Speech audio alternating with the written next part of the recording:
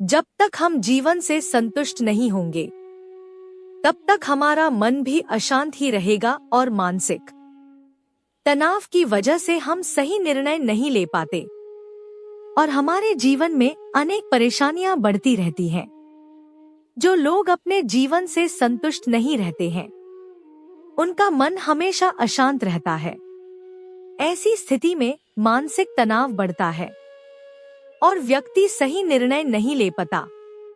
इसका परिणाम यह मिलता है कि परेशानियां और अधिक बढ़ जाती हैं। अगर जीवन में सुख और शांति चाहते हैं तो हमें सबसे पहले अपने मन में संतुष्टि का भाव जगाना होगा। तभी हम हर परिस्थिति में खुश और संतुष्ट रह सकते हैं। एक गांव में रामू नाम का गरीब व्यक्ति रहता था। वह दिन भर भगवान की भक्ति करता रहता था, लेकिन रामू अपने जीवन से संतुष्ट नहीं था। जो चीज उसके पास नहीं थी उसी के बारे में वह हमेशा सोचता रहता था और दुखी रहता। एक दिन उसके गांव में विद्वान संत आए हुए थे।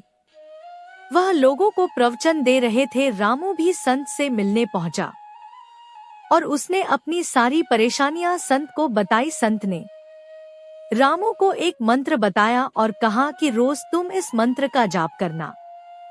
संत की बताई हुई विधि से रामू प्रतिदिन मंत्र का जाप करने लगा।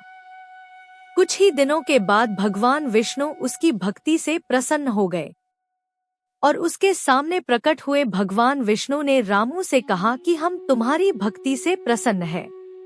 हैरान था, वह समझ नहीं पा रहा था कि क्या मांगा जाए।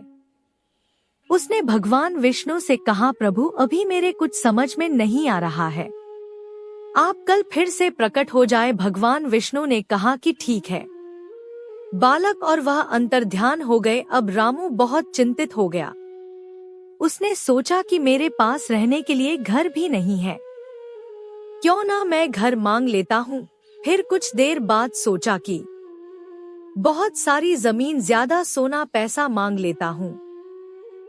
फिर कुछ देर बाद सोचा कि मुझे किसी राज्य का राजा बनने का वरदान मांगना चाहिए।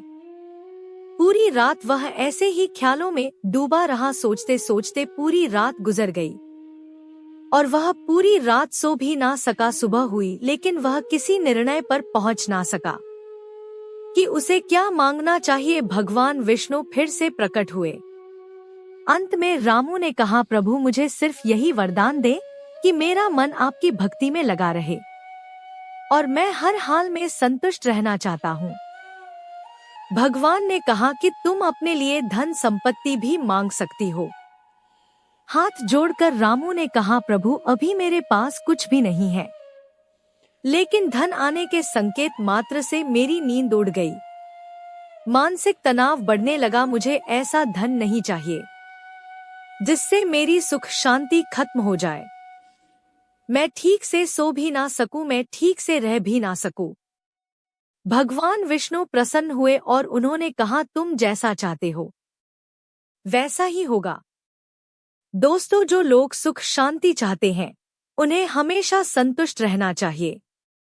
अगर संतुष्टि रहेगी तो शांति बनी रहेगी और हम हमेशा सुख शांति में अपना जीवन व्यतीत कर सकते हैं।